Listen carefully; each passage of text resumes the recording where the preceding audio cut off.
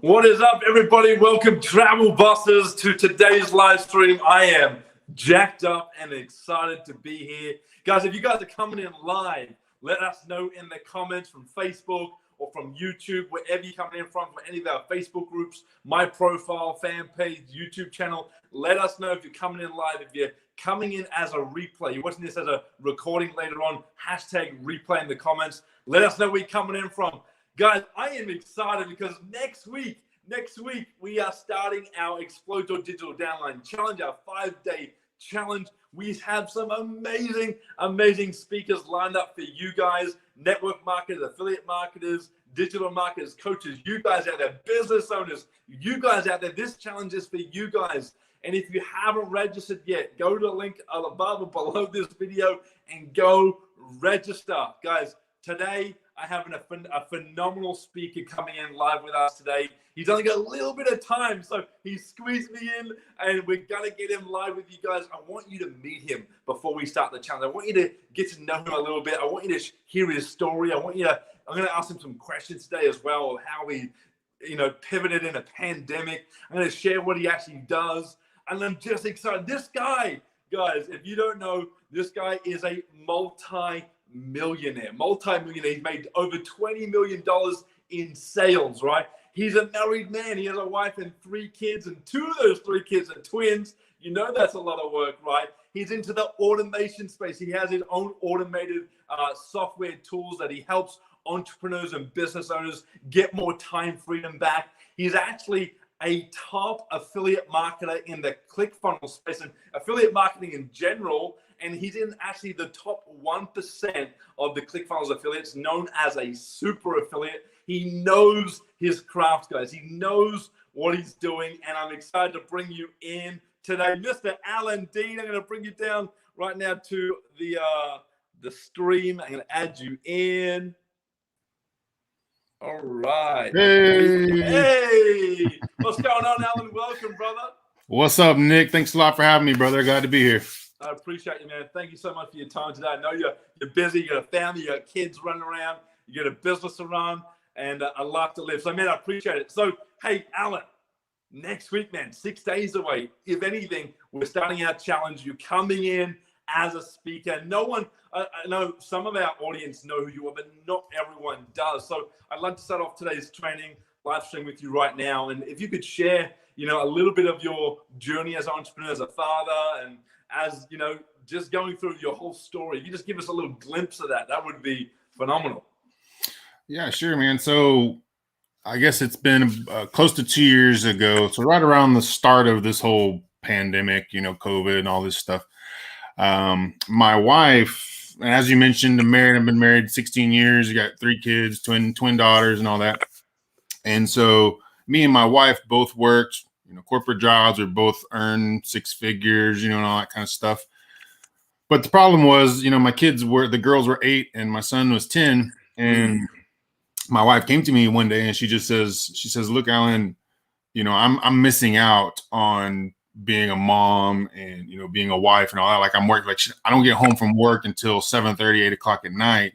And, right after I get home from work, the kids are going to bed. So I'm the one, I get up, go to work in the morning, and then I would come home. I would pick the kids up from school. I would do the homework with the kids. I would make dinner. I would do all those things.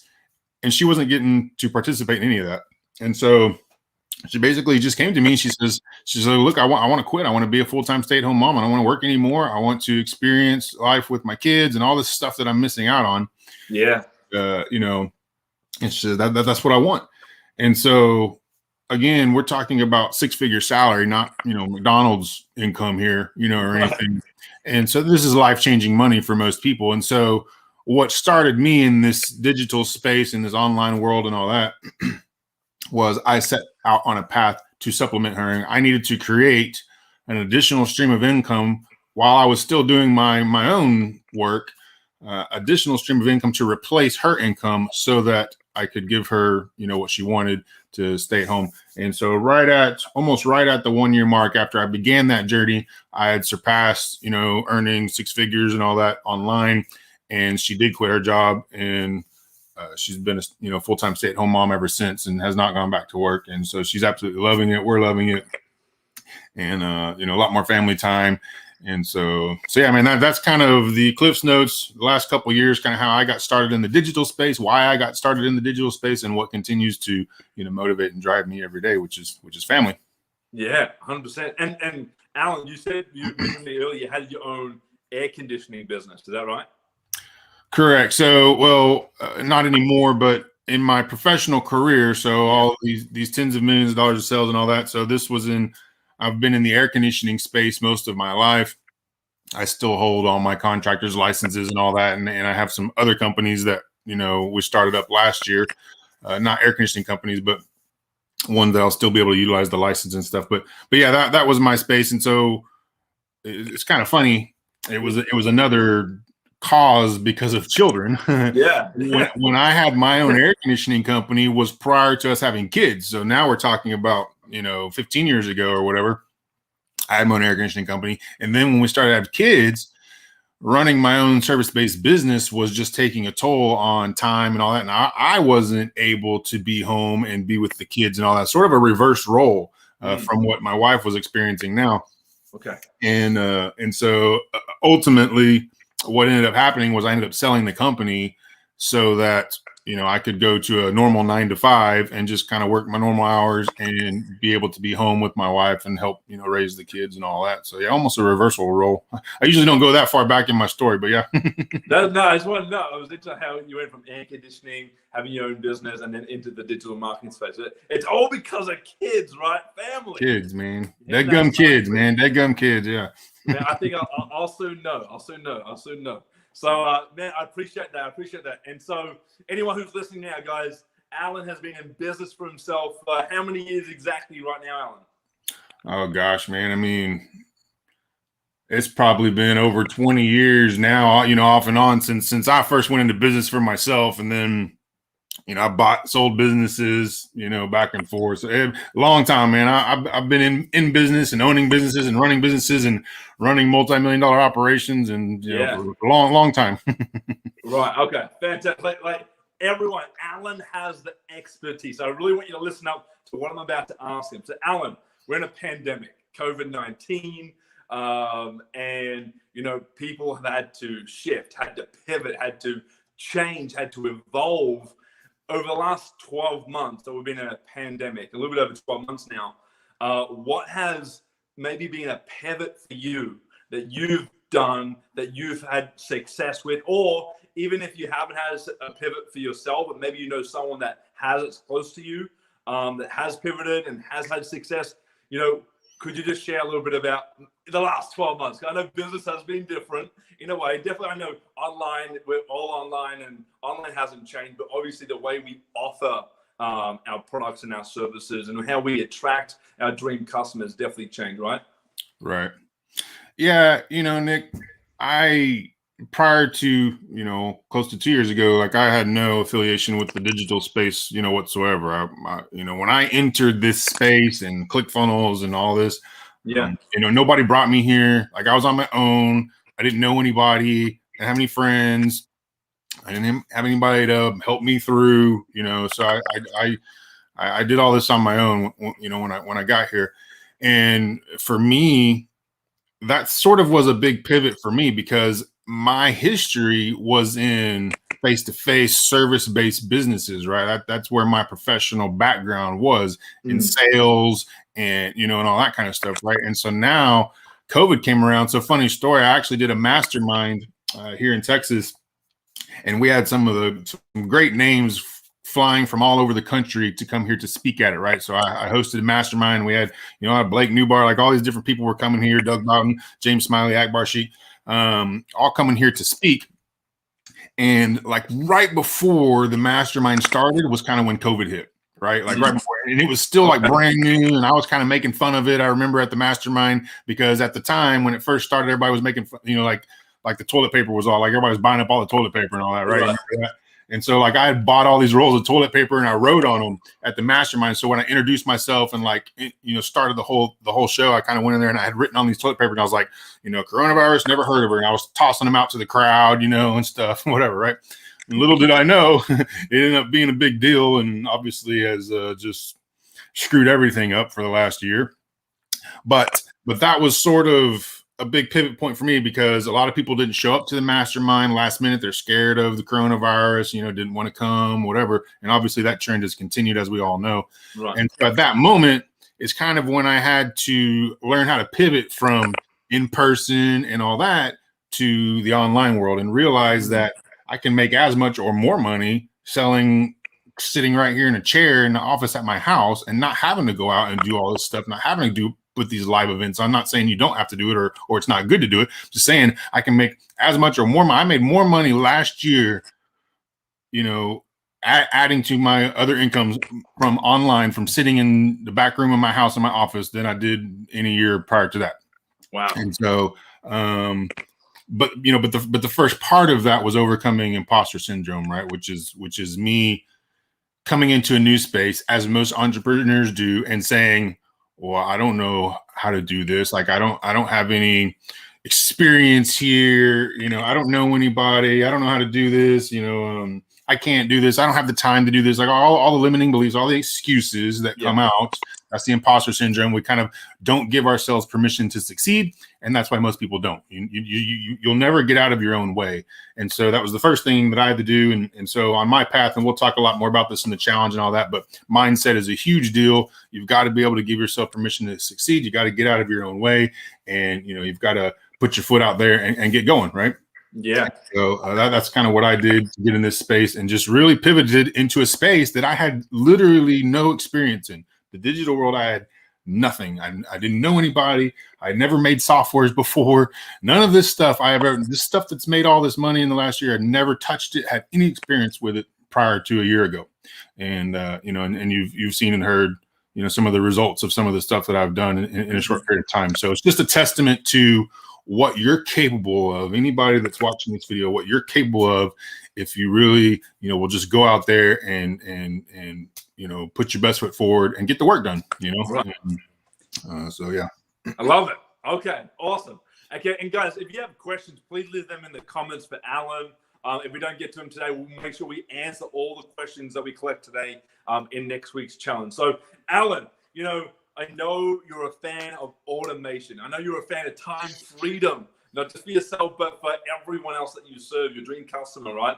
And so I know you have created automated software tools that can, it can be a simple click that could do something that could take someone, an entrepreneur, 15, 20, 30 minutes, an hour a day, 2 hours a day. And with your softwares that you have created, has just solved so many issues. But I want to just go back before you decided to make that decision to actually go make your first automated software tool. And I just want to know, what was the main problem behind it that you wanted to solve for people? So the very first one that I created, and you're absolutely right, by the way, time is the biggest culprit, right? And so time is the number one thing in our life that I don't care how much money you have, you can never get more time. When the time is gone, it's gone. You can't get it back.